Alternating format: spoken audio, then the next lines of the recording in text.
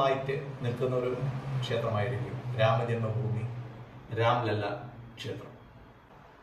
ഒരു ഇന്ത്യൻ പ്രധാനമന്ത്രിയും പ്രതിഷ്ഠ നിർവഹിച്ചിട്ടില്ല എന്ന് നമുക്കറിയാം. അത് ആദ്യമായിട്ട് പ്രതിഷ്ഠ നിർവഹിച്ച് അതിന്റെ കർമ്മങ്ങളെല്ലാം ചെയ്തതും ശ്രീ നരേന്ദ്രമോദി സ്വയമാണ്. ഒരു മതേതര രാഷ്ട്രത്തിൽ ഇതൊക്കെ പറ്റുമോ എന്ന് ചോദിച്ചു കഴിഞ്ഞാൽ പറ്റും. കാര്യം ലോകത്തെ ഇന്ത്യ അല്ലാതെ വേറെ ഒരു മതേതര രാഷ്ട്രവും ഇല്ല. ലോകത്തെങ്ങും ഇല്ലാത്ത മതേതര രാഷ്ട്രം എന്തിനാ നമുക്ക്? നമ്മൾ പാകിസ്ഥാനിൽ ചെന്ന് കഴിഞ്ഞാൽ അവര് ഇന്ത്യ എന്നോ ഭാരതമെന്നോ അല്ല നമ്മളെ പറയുന്നത് ഹിന്ദുസ്ഥാൻ എന്നാണ്. അപ്പൊ പാകിസ്ഥാനികൾക്ക് ഇത് ഹിന്ദുസ്ഥാൻ ആവാമെങ്കിൽ നമുക്കും ഇത് ഹിന്ദുസ്ഥാൻ ആവാം. അപ്പൊ ഹിന്ദുസ്ഥാനിന്റെ പ്രധാനമന്ത്രി ഹിന്ദുസ്ഥാനിലെ ഒരു ക്ഷേത്രത്തിൽ പ്രതിഷ്ഠ നടത്തിയിട്ടൊന്നും സംഭവിക്കുന്നില്ല. വിഷയം നമുക്കതല്ല.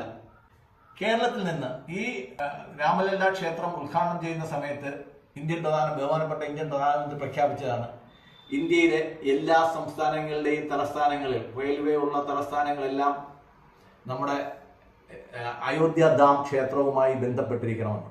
അതൊരു നിർദ്ദേശമായിരുന്നു. ഇന്ത്യയിലെ റെയിൽവേ സൗകര്യമുള്ള മിക്കവാറും എല്ലാ സംസ്ഥാനങ്ങളും ഇത് അനുസരിച്ചിട്ടുണ്ട്. കേരളത്തിൽ നിന്ന് മാത്രം ഇതുവരെ അയോധ്യയിലേക്ക് ഒരു ഡയറക്റ്റ് ട്രെയിൻ ഇല്ല എന്ന ഒരു വിവരം നിങ്ങളോട് ഞാൻ പങ്കുവയ്ക്കാൻ ആഗ്രഹിക്കുകയാണ്.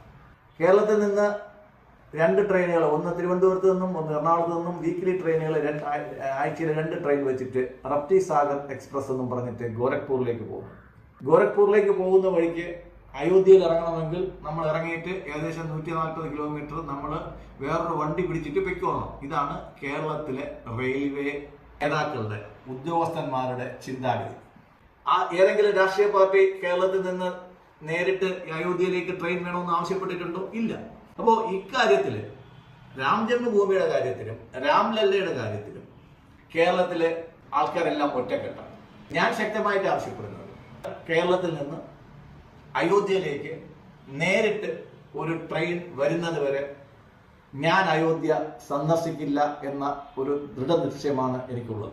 അയോധ്യ എന്ന് പറയുന്ന ക്ഷേത്രത്തോടും രാജ്യത്തിന്റെ മര്യാദാപുരുഷനായ ശ്രീരാമനോടും നമ്മുടെ റെയിൽവേയും നമ്മുടെ രാഷ്ട്രീയക്കാരും കാണിക്കുന്ന ബഹുമാനക്കുറവിന്റെ തിക്തഫലം നമ്മൾ കുറച്ച് ദിവസം കൂടെ അനുഭവിക്കേണ്ടി വരും. എന്നായാലും റെയിൽവേ ഈ വിഷയത്തിൽ കണ്ണു തുറക്കുമെന്നും ഒരു പുതിയ ട്രെയിൻ അയോധ്യ ധാമിലേക്ക് പോകുമെന്നും അതിനെ അയോധ്യ അനന്തപുരി എക്സ്പ്രസ് എന്ന് പേരിടുമെന്നും നമുക്ക് പ്രതീക്ഷിക്കാം. നന്ദി, നമസ്കാരം.